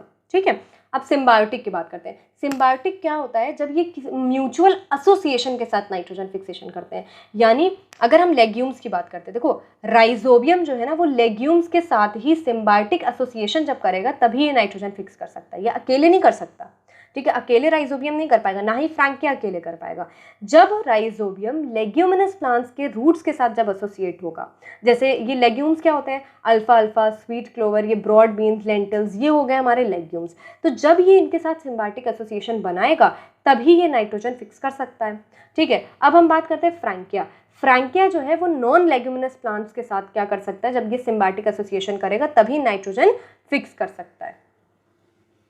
ठीक है, अब यहाँ पे क्या है, ये पॉइंट्स हैं, ये भी एनसीईआरटी में समवेयर देयर मेंशन्ड। ठीक है, तो कसकटा क्या है, total parasite. Cuscuta is total parasite. Rafflesia जो है वो टोटल रूट पैरासाइट है। क्या है, रूट पैरासाइट है। तो अगर ये पैरासाइट्स है तो इनमें क्या हो रहा है, कोई भी फोटोसिंथेसिस नहीं होगी। Now let's come to this point, symbiotic biological nitrogen fixation. अब यहाँ पे अभी वो जो एक्सप्लेन किया कि सिम्बायोटिक बायोलॉजिकल नाइट्रोजन फिक्सेशन में क्या है कि इन्हें सिम्बायोटिक एसोसिएशन बनाना पड़ता है। राइजोबियम किसके साथ करेगा, ये लेग्यूमिनस प्लांट्स के साथ करेगा, जैसे कि अल्फा अल्फा, sweet clover, sweet pea, lentils, garden pea, broad bean, clover beans etcetera. जो मोस्ट कॉमन एसोसिएशन है on roots is as nodules. ठीक है, किस तरीके से मोस्ट कॉमन एसोसिएशन इनकी किस फॉर्म में होती है, इट इज एज नोड्यूल्स। अब नोड्यूल्स क्या है, रूट्स पे क्या होते हैं, छोटे छोटे ऐसे आउटग्रोथ्स की तरह होते हैं। ठीक है, अब हम बात करते हैं फ्रैंकिया की। फ्रैंकिया जो होता है वो भी नाइट्रोजन फिक्सेशन नोड्यूल्स का करता है on the roots of non leguminous plants. ठीक है, यानी ये लेग्यूमिनस प्लांट्स के साथ नहीं, ये नॉन लेग्यूमिनस प्लांट्स के साथ सिम्बायोटिक एसोसिएशन करता है। एग्जाम्पल क्या गिवन है, एलिनस।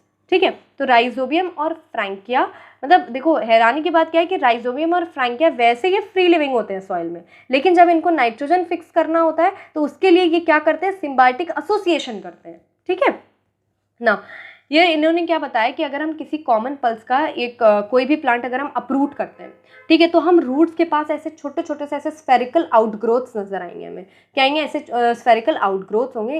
ये होते हैं नोड्यूल्स। क्या होते हैं, नोड्यूल्स होंगे। एंड अगर हम उनके बीच से कट करेंगे, यानी अगर जो स्फेरिकल जो आउटग्रोथ्स होंगे रूट्स के बाहर से, तो अगर हम उनको कट करते हैं तो अंदर से वो क्या होंगे, पिंक कलर के होते हैं।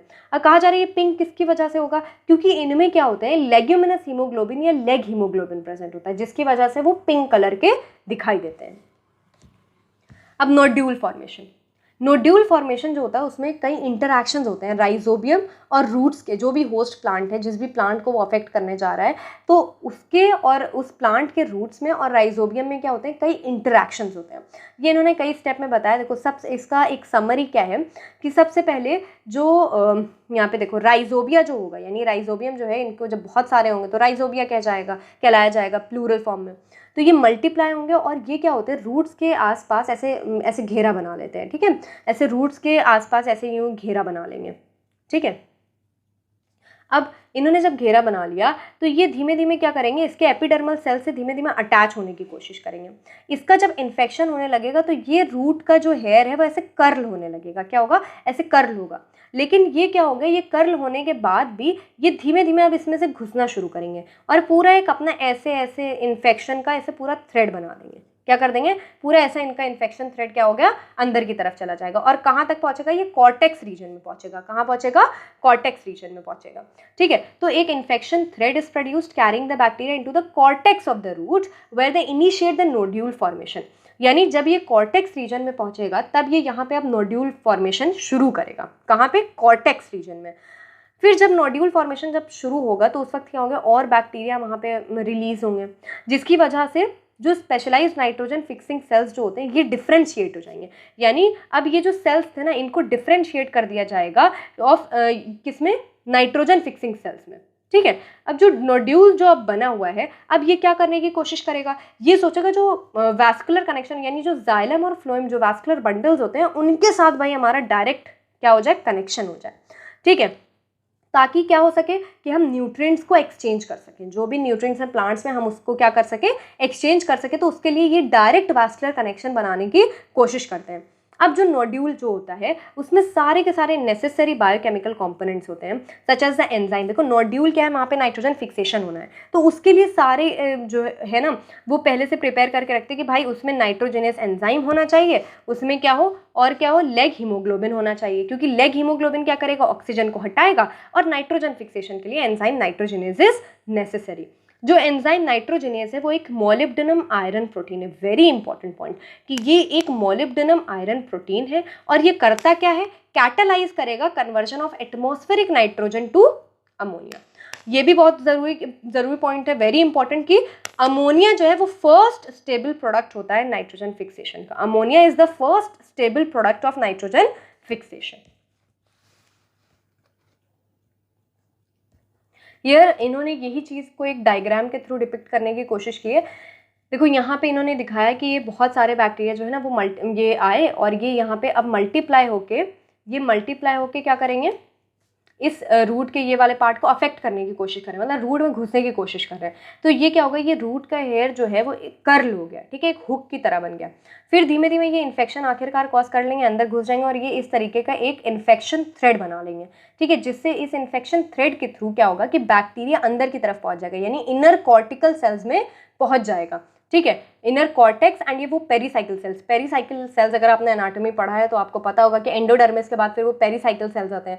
तो कॉर्टेक्स और पेरीसाइकिल सेल्स क्या होंगे, अब डिवाइड होना शुरू कर देंगे और जब इनका डायरेक्ट वैस्कुलर कनेक्शन हो जाएगा, यानी जाइलम फ्लोएम वगैरह से जब ये नोड्यूल डायरेक्ट कॉन्टैक्ट में आ जाएगा, तब उसको हम क्या बोलेंगे, mature nodule. This is what is written here. सबसे पहली बात तो ये एक सोयाबीन का डायग्राम है, रूट नोड्यूल्स इन सोयाबीन, इसका ऐसे इन्होंने डायग्रामेटिक रिप्रेजेंटेशन शो किया हुआ है यहाँ पे।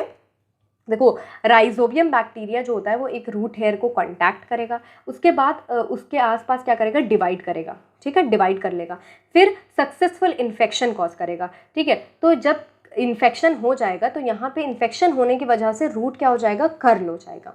अब जो इन्फेक्शन थ्रेड है वो क्या करेगा, उस थ्रेड के थ्रू सारे बैक्टीरिया जो हैं वो अंदर कॉर्टेक्स के रीजन में पहुंच जाएंगे। कॉर्टेक्स रीजन में यहाँ पे बैक्टीरिया जो है वो क्या हो जाता है, this is very important point, कि वो मॉडिफाई हो जाएगा इनटू रॉड शेप्ड बैक्टीरियोइड्स, ठीक है। तो ये क्वेश्चन एलन के मॉक टेस्ट में पूछा गया था, स्टार मार्क दिस, कि ये यहाँ पे क्या हो जाएगा, ये बैक्टीरिया अंदर जाके मॉडिफाई हो जाएगा इनटू रॉड शेप्ड बैक्टीरियोइड्स और it will cause inner cortical and pericycle cells to divide, ठीक है। अब ये क्या होंगे, जो अंदर के जो कॉर्टेक्स और पेरीसाइकिल सेल्स थे इसको ये डिवाइड करने लगेगा। Division and growth of cortical and pericycle cells leads to nodule formation. जो कॉर्टेक्स और जो पेरीसाइकिल सेल्स जो हैं उनके डिविजन से क्या होगा, अब नोड्यूल का फॉर्मेशन होगा। और मैच्योर नोड्यूल क्या है, आई टोल्ड यू कि भाई कंप्लीट ये मैच्योर नोड्यूल कब कहलाएगा, जब इसका जो कनेक्शन जो है वो कंप्लीट हो जाएगा with vascular tissues continuous with those of the root, यानी जब इसका कनेक्शन हो जाएगा विद द वैस्कुलर टिश्यूज। अब यहाँ पे इन्होंने एक रिएक्शन दी हुई है, इसमें क्या है कि नाइट्रोजन जो है वो 8 इलेक्ट्रॉन्स 8H+ एंड 16 ATP के प्रेजेंस में 2 अमोनिया बना रहा है, हाइड्रोजन बना रहा है 16 ADP एंड 16 ये फॉस्फोरस, इनऑर्गेनिक फॉस्फेट। देखो अब यहाँ पे हमने क्या देखा कि 2 अमोनिया बन रहे हैं ना, 2 अमोनिया को रिक्वायरमेंट है कितने की, 16 ATP की, यानी एक अमोनिया को कितने की रिक्वायरमेंट होगी, 8 ATP की, ओके। तो एक अमोनिया को 8 ATP की, यानी 8 ATP की जब ज़रूरत होगी। और ये एलन के मॉक टेस्ट में ये भी एक क्वेश्चन था विच ऑब्वियसली मैंने गलत किया था, तो I have written it here कि यहाँ पे अमोनिया के साथ साथ क्या बनता है, many students skip this part कि भैया ये पता ही नहीं साथ में क्या बन रहा है। देखो हाइड्रोजन बनता है अमोनिया के, जब ये नाइट्रोजन का फिक्सेशन होता है तो अमोनिया के साथ साथ क्या बन रहा है, हाइड्रोजन बनता है, ठीक है। नाउ अब जो एंजाइम नाइट्रोजनेज है ये हम लोग को पता है कि भाई ये बहुत ही ज़्यादा सेंसिटिव होता है मॉलिक्यूलर ऑक्सीजन, यानी हमें पता है नाइट्रोजन फिक्सेशन के लिए एनएरोबिक प्रोसेस, उसमें ऑक्सीजन वहाँ पे नहीं होना चाहिए, इसीलिए तो लेग हीमोग्लोबिन प्रेजेंट था। तो यहाँ पे इन्होंने कहा it is highly sensitive to molecular oxygen, तो इसको एनएरोबिक कंडीशन की ज़रूरत पड़ती है। तो वो नोड्यूल्स जो होती है ना वो अडेप्टेशन ऐसे रखते हैं कि वहाँ पर ऑक्सीजन नहीं हो, वो ऑक्सीजन स्कैवेंजर रखते हैं जिसको हम किस नाम से जानते हैं, leg haemoglobin. It is interesting to note that these microbes live as aerobes. ये जो माइक्रोब्स हैं ये एरोब्स, यानी ये ऑक्सीजन के प्रेजेंस में रहते हैं जब ये फ्री लिविंग होते हैं, ठीक है, जहाँ पे नाइट्रोजनेज नहीं काम करता है। लेकिन जब इन्हें नाइट्रोजन फिक्स करना पड़ता है ना तो फिर ये एनारोबिक हो जाते हैं। क्यों एनारोबिक हो जाते हैं, क्योंकि भाई ये बिना ऑक्सीजन के इनको भी तो रहना आना चाहिए ना, तभी तो ये फिक्स कर पाएंगे, ठीक है। तो नाइट्रोजनेज एंजाइम नहीं काम कर पाएगा, इसलिए उसको प्रोटेक्ट करने के लिए ये बेचारे क्या हो जाते हैं, एनारोबिक कंडीशन में भी सर्वाइव कर लेते हैं। अब हम बात करते हैं यहाँ पे नाइट्रोजनेज को एंजाइम्स का काम क्या होता है। एंजाइम्स का काम क्या है, ये बाइंडिंग साइट प्रोवाइड करते हैं। ये बाइंडिंग साइट प्रोवाइड करेंगे जहाँ पे ये नाइट्रोजन, यहाँ पे क्या है, सबस्ट्रेट है, सबस्ट्रेट क्या है, यहाँ पे नाइट्रोजन गैस है, ठीक है। तो ये नाइट्रोजन क्या है, ये नाइट्रोजन यहाँ पे आके ऐसे जुड़ जाएगा, ठीक है, बाइंड हो जाएगा। फिर धीमे धीमे इसका रिडक्शन होगा, पहले 2 हाइड्रोजन आके जुड़ा, ठीक है, फिर 2 और आके जुड़ा, फिर 2 और आके जुड़ा, यानी अब जब 2 अमोनिया मॉलिक्यूल्स हो जाएंगे तो ये एंजाइम क्या करेगा, 2 अमोनिया के मॉलिक्यूल्स को छोड़ देगा और ये दोबारा से फ्री हो जाएगा ताकि ये बाइंड कर जाए और ये बाइंड कर पाए और नाइट्रोजन मॉलिक्यूल्स से। नाउ नेक्स्ट पेज पे आते हैं। देखो बहुत ही ज़्यादा एनर्जी की ज़रूरत पड़ती है, 8 ATP, यानी हर अमोनिया जो बनता है ना उसके लिए 8 ATP की ज़रूरत पड़ती है। अब पूछा जा रहा भाई ये एनर्जी जो है ना ये आ कहाँ से रही है, तो जो एनर्जी, इतनी ज़्यादा एनर्जी की जो ज़रूरत पड़ रही है कहाँ से ऑब्टेन हो रही है, from the respiration of the host cells, यानी जो होस्ट है वो जो रेस्पिरेशन करता है उससे जो एनर्जी प्रोड्यूस होती है वो अमोनिया के प्रोडक्शन में हेल्प करती है, ठीक है। देखो फेट ऑफ अमोनिया, यहाँ पे क्या होता है कि फिजियोलॉजिकल पीएच में अमोनिया जो होता है वो प्रोटोनेट करता है टू फॉर्म अमोनियम आयन। देखो प्रोटोनेटेड का मतलब एक प्रोटॉन का ऐड होना, यानी H+ ऐड हो रहा है तो वो उससे क्या बनेगा, अमोनियम आयन बन जाएगा। बहुत से प्लांट्स जो होते हैं ना वो नाइट्रेट भी ले सकते हैं और अमोनियम आयन भी ले सकते हैं, लेकिन जो अमोनियम आयन है वो काफ़ी ज़्यादा टॉक्सिक होता है टू प्लांट्स और इसलिए वो उनमें अक्यूमुलेट नहीं हो सकता। तो हम देखते हैं कि ये अमोनियम आयन ये अमाइनो एसिड्स कैसे बनता है, ठीक है। तो इसके लिए 2 मेन वेज होते हैं, एक होता है रिडक्टिव एमिनेशन, एक होता है ट्रांस एमिनेशन। रिडक्टिव एमिनेशन में क्या होने वाला है कि जो अमोनिया होता है वो रिएक्ट करेगा किसके साथ, अल्फा कीटो ग्लूटारिक एसिड के साथ। देखो अल्फा कीटो ग्लूटारिक एसिड के साथ ये देखो ये अमोनियम आयन क्या कर रहा है, रिएक्ट कर रहा है in the presence of NADPH। देखो ये बहुत इंपॉर्टेंट है, NADPH के प्रेजेंस में ये रिएक्ट करेगा किसके साथ, अल्फा कीटो ग्लूटारिक एसिड के साथ और बनाएगा क्या, ग्लूटामेट, यानी ग्लूटामिक एसिड बना लेगा, ठीक है। और इसके लिए किस एंजाइम की जरूरत पड़ रही है, ग्लूटामेट डिहाइड्रोजिनेज, ग्लूटामेट डिहाइड्रोजिनेज। अब ट्रांस एमिनेशन ये सेकेंड वे है। ट्रांस एमिनेशन में क्या होता है, जो एक अमाइनो एसिड होता है ना उसमें अमाइन ग्रुप होता है, तो वो एक अमाइनो एसिड का अमाइन ग्रुप ये ट्रांसफर हो जाता है to the keto group of a keto acid. तो एक कीटो, ये कीटो एसिड है, ये क्या है, अमाइनो एसिड है। तो अमाइनो एसिड का जो अमाइन ग्रुप है वो कीटो एसिड के कीटो ग्रुप में क्या हो जा रहा है, ट्रांसफर हो जा रहा है। ये बहुत इंपॉर्टेंट है कि जो ग्लूटामिक एसिड है, विच acid, glutamic acid is the main amino acid जहां से क्या हो रहा है, अमाइन ग्रुप ट्रांसफर होता है, यानी amino group takes place, transfer of amino group takes place and other amino acids are formed through transamination. तो वो कौन सा एसिड है जिससे ये सारे स्टेप्स हो रहे हैं, ग्लूटामिक एसिड, ग्लूटामिक एसिड। और इसके लिए एंजाइम कौन सा चाहिए, ट्रांस एमिनेज, ठीक है। तो ये सारे रिएक्शंस कौन कैटलाइज करेगा, ट्रांस एमिनेज, ठीक है। तो अमाइनो डोनर है, ये अमाइनो एक्सेप्टर है, फाइनली ये एक्सेप्ट करके ये R2 क्या बना लेगा, अब ये इसने ये अमाइन ग्रुप एक्सेप्ट कर लिया, ठीक है। जो 2 इंपॉर्टेंट अमाइड्स होते हैं, ठीक है, अमाइड, अमाइड वर्ड पे फोकस करना, अमाइड है, ठीक है। अमाइड ये क्या है, एस्पैराजीन एंड ग्लूटामीन, ये प्लांट्स में होते हैं, ये स्ट्रक्चरल पार्ट ऑफ प्रोटीन्स होते हैं। क्या होते हैं, स्ट्रक्चरल पार्ट ऑफ प्रोटीन्स। और ये बनते किससे, 2 अमाइनो एसिड से बनते। कौन से 2 amino acids, aspartic acid and glutamic acid, ठीक है। और ये बनते कैसे हैं, by addition of another amino group to each, यानी एस्पार्टिक एसिड और ग्लूटामिक एसिड में अगर हम अमाइनो ग्रुप ऐड कर दें, ठीक है, दूसरा अमाइनो ग्रुप ऐड कर दें तो फिर ये क्या बन जाते हैं, एस्पैराजीन and glutamine.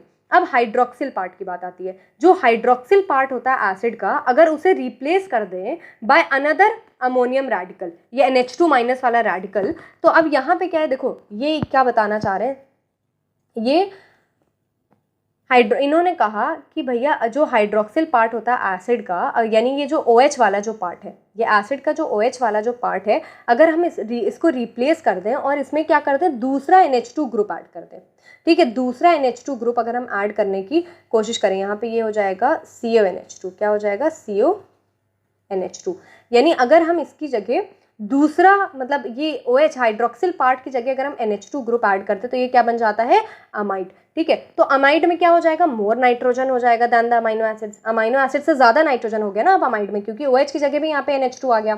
So they are transported to other parts of the plant via xylem vessel, xylem vessels के थ्रू ही इनको other parts of the plant में ट्रांसपोर्ट कर दिया जाता है, ठीक है। अब यहाँ पे क्या है कि in addition along with the transpiration stream the nodules of some plants, ठीक है, देखो जो ट्रांसपिरेशन स्ट्रीम है जहाँ से वाटर मिनरल्स वगैरह जा रहे हैं, तो जो नोड्यूल्स होते हैं कुछ प्लांट्स के, एग्जाम्पल यहाँ पे सोयाबीन इन्होंने कहा है, वो फिक्स्ड नाइट्रोजन भी एक्सपोर्ट कर देते हैं, fixed nitrogen as ureides, ureides के फॉर्म में फिक्स्ड नाइट्रोजन भी एक्सपोर्ट करते हैं, and these compounds also have a particularly high nitrogen to carbon ratio, यानी ये जो यूराइड्स होते हैं इनमें क्या है, particularly high nitrogen to carbon ratio होता है, ठीक है। अब like I have written here, जो कुछ भी मतलब मुझे थोड़ा डिफिकल्ट लगता था या कुछ अक्सर उसमें गलतियाँ होती थी, I used to write it down, ठीक है, ये लास्ट वाले पेज में थोड़ा बहुत ऐसे छोटा छोटा लिख लेते थे, तो उससे क्या लास्ट टाइम के रिविजन में इट इज़ वेरी हेल्पफुल। और कुछ ऐसे क्वेश्चंस भी हैं, कुछ ऐसे क्वेश्चंस हैं जैसे ये एलन के मॉक टेस्ट में गलत हो गया था, ठीक है, मुझे पता नहीं चल रहा था कि भाई कहाँ पे कैसे मार्क करें, तो I just wrote down the question और नीचे आंसर कि amino acid which plays the central role in nitrogen metabolism, तो नाइट्रोजन मेटाबॉलिज्म में कौन सा अमाइनो एसिड है जिसका सेंट्रल रोल है, that is glutamic acid. See here I have already told you, देखो उसके बाद आई हाईलाइटेड दिस पार्ट, ठीक है। तो इस तरीके से we have completed this chapter, hope this proves to be helpful, and अगर ये इसने कुछ भी हेल्प की हो आपकी, then like this video and thank you so much.